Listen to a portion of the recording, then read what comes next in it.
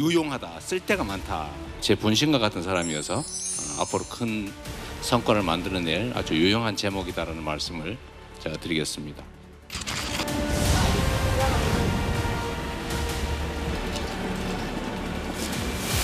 선거 앞두고 있는데 심경 한 말씀 해주시자면요. 선고 받고 나와서 말씀드릴게요.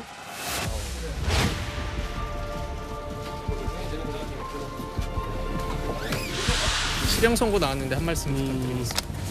저로서는 이제 납득하기 어려운 판결이고요. 항소심에서 다투면은 진실이 밝혀질 것이라고 그렇게 생각하고 있습니다.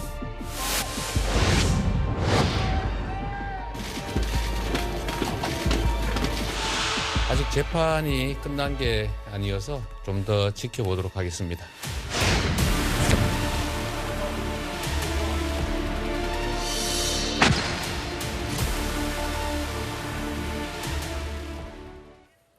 자, 어제 대장동 의혹과 관련한 법원의 첫 판단이 내려졌습니다.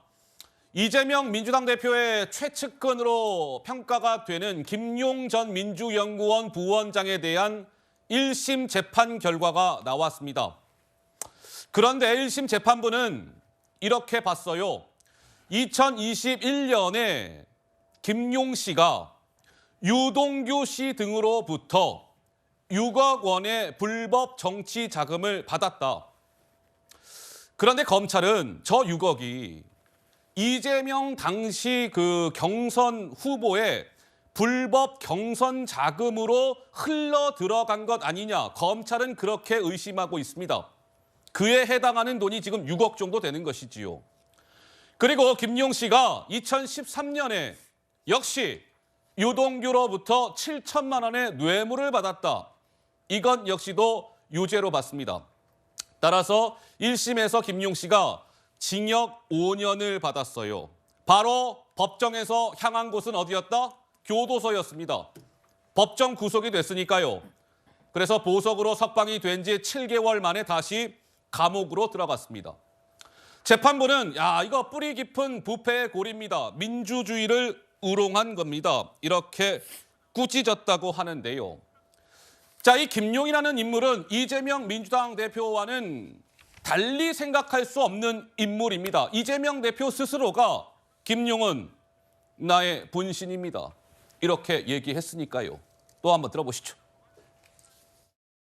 저하고 이제 시정을 이제 같이 했죠. 제가 딱 한마디만 말씀을 드리면 정말로 유용한 사람이다. 유용하다. 쓸데가 많다. 잘 쓰면 아주 좋은 성과를 낼 수 있는 좋은 도구이니까 여러분이 한번 잘 써주시면 좋겠다고 생각합니다.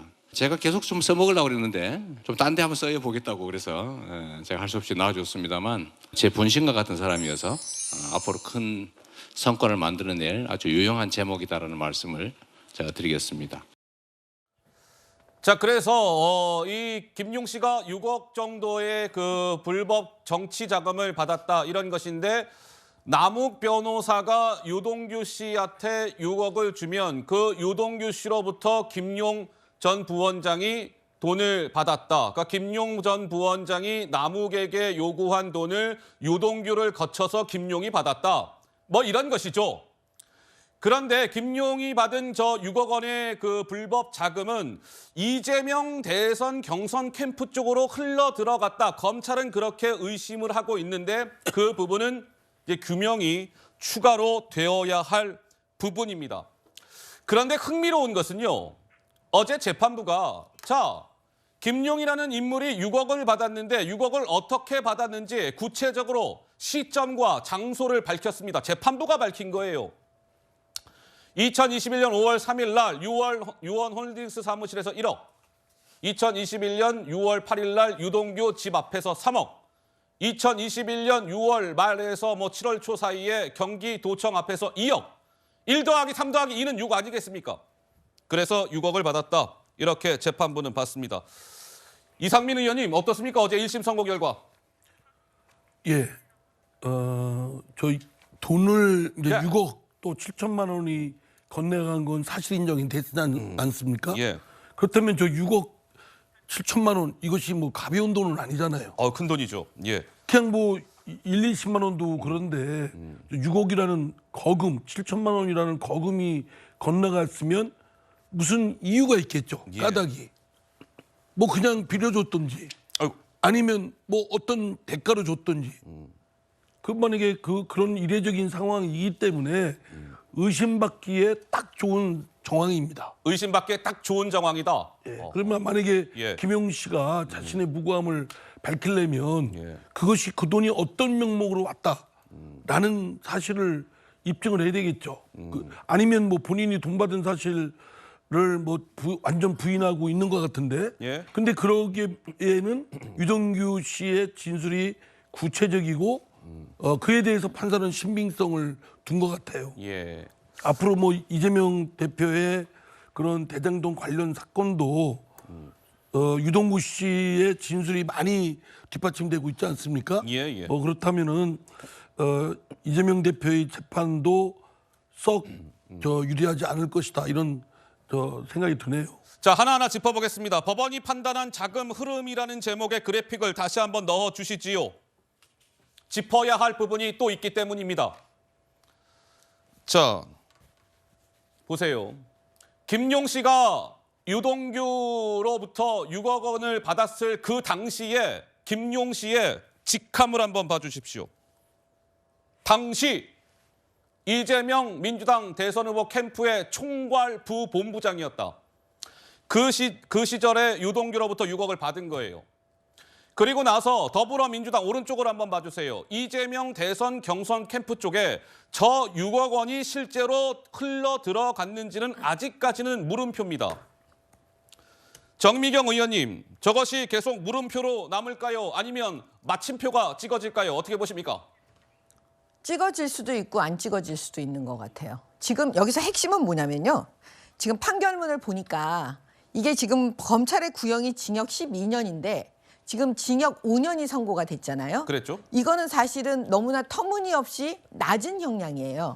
왜냐하면 우리가 여러 가지 재판 사례를 봤을 때 금액 수수 내용이 지금 6억인데 6억보다 더 적게 받았을 때도 징역 7년이 나와요. 징역 7년이 나와요? 네, 그러니까 지금 이게 6억 원인데 징역 5년 나왔으면 턱없이 낮은 거잖아요. 그럼 왜 낮았을까라고 생각을 해봤더니 이 판결문 전체 변론의 이 종합 취지를 해보니까 어떤 판사는 이렇게 생각을 한 것 같아요. 귀속자.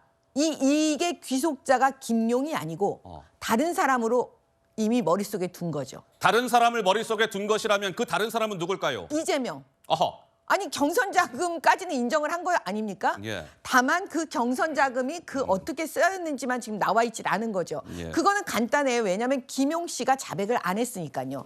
그럼 그 이전까지는 다 입증이 됐다. 왜 입증이 됐냐면 유동규 씨하고 그다음에 남욱 씨 진술이 있기 때문에 예. 이 두 사람이 다 자백을 해버렸기 때문에 그건 다 입증이 돼버린 거예요. 예. 그러면 핵심은 뭐냐? 핵심은? 결국은 뭐냐면 귀속자는 이재명 현재 대표를 예. 지금 상정하고 있다라는 게 지금 핵심 포인트이다.